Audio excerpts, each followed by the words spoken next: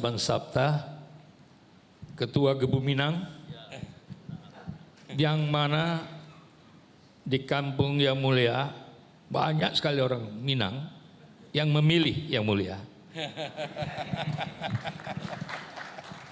Saya kembali ke yang pertama tadi yang dibicarakan soal tenaga kerja.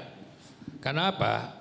Karena ini adalah tugas organisasi kami yang memimpin BP2MI. Yang Mulia, yang menjadikan sekali tenaga kerja yang akan berangkat ke Malaysia itu harus visanya dikeluarkan di Malaysia. Ini sangat tidak lazim. Kenapa? Seluruh dunia yang telah berhubungan dengan kami itu tidak ada satupun visa dikeluarkan dari negara tersebut. Harus dikeluarkan oleh kedutaan Malaysia atau kedutaan luar negeri di Indonesia. Kenapa demikian?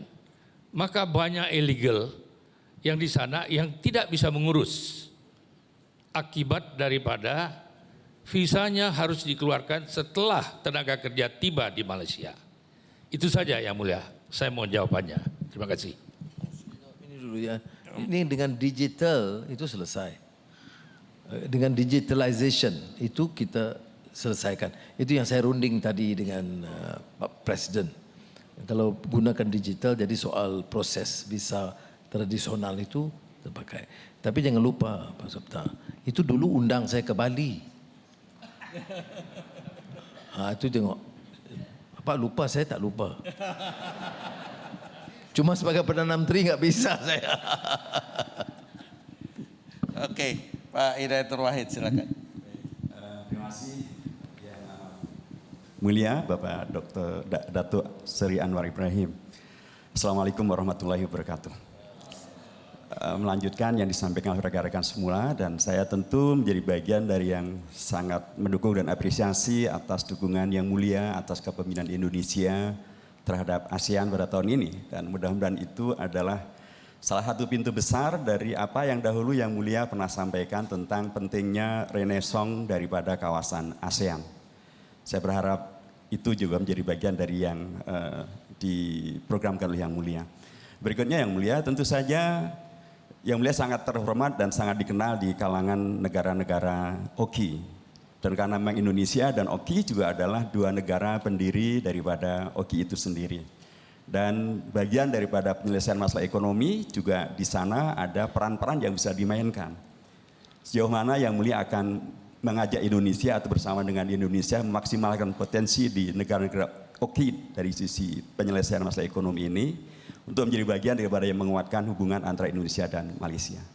Dan yang terakhir Yang Mulia, tentu saja bagian daripada fakta tentang OKI adalah OKI ini dahulu didirikan untuk membantu perjuangan bangsa Palestina, dan Indonesia jelas bersama dengan bangsa Palestina. Kedepan Yang Mulia, apa yang bisa dilakukan bersama dengan Indonesia untuk memastikan kemerdekaan Palestina bisa segera diwujudkan dan Masjid Al-Aqsa bisa diselamatkan. Yang terakhir Yang Mulia, saya mendapatkan aspirasi dari banyak teman-teman saya dari pesantren. Mereka menyampaikan ketika dahulu Yang Mulia menjadi timbalan Perdana Menteri, menjadi Menteri Keuangan dan seterusnya, Islam internasional antar bangsa itu begitu luar biasa terkenal, dan banyak pelajar Indonesia mendapatkan beasiswa ke sana. Mereka mengusulkan alangkah sangat baiknya bila banyak beasiswa diberikan kepada pelajar-pelajar Indonesia kembali. Terima kasih. Assalamualaikum warahmatullahi wabarakatuh. Terima kasih Pak Hidayatul Wahid. Yang pertama soal renaissance sebenarnya ya, sebab bila saya tulis mengenai renaissance Asia, itu maksudnya itu pemerkasaan ekonomi, pemerkasaan budaya. Ya. Banyak orang melihat renaissance itu economic base. Ekonomi masih fundamental. Tetapi kita kan manusia. Maknanya islah itu mestilah, dan renaissance itu mesti pertamanya pemerkasaan ekonomi, tetapi pemerkasaan budaya. Ya. Dan kita ni agak tempang sedikit ya. Bila angkat sikit ekonomi dan teknologi, budaya itu dikesampingkan. Sebab itu bagi saya, dan budaya ini dalam arti kata yang lebih luas, soal nilai, soal akhlak, soal kecintaan terhadap ilmu, lazzatul ma'rifah gitu ya. Jadi ini harus kita tonjolkan. Itu kalau masuk Renaissance Asia. Kemudian soal kerjasama negara Islam, wah sekarang ini Indonesia pun agak dekat ya, dengan beberapa negara, umpamanya United Arab Emirates dan beberapa negara lain ya. Dan boleh kita kuatkan kerjasama itu kerana negara Arab sekarang ini dia dalam fasa yang ribut sikit lah ya, belum menentu dan baru nampak bergerak sedikit untuk ke arah persefahaman dan kesatuan. Sebelum itu pecah parah. Soal Palestina saya sangat tegas hal itu ya. Ini soal kezaliman yang keras, totok yang dilakukan terhadap rakyat Palestin oleh rejim Israel. Dan saya ungkapkan kadang-kadang di Malaysia, kadang-kadang kita bukan Islam, kadang-kadang dia tak faham dengan ini soal Islam. Tidak, ini soal justice. Kata Edward Said, pemikir ulung Palestina, Kristian ya, Arab. Dia sebut Palestine ini ialah politics of dispossession.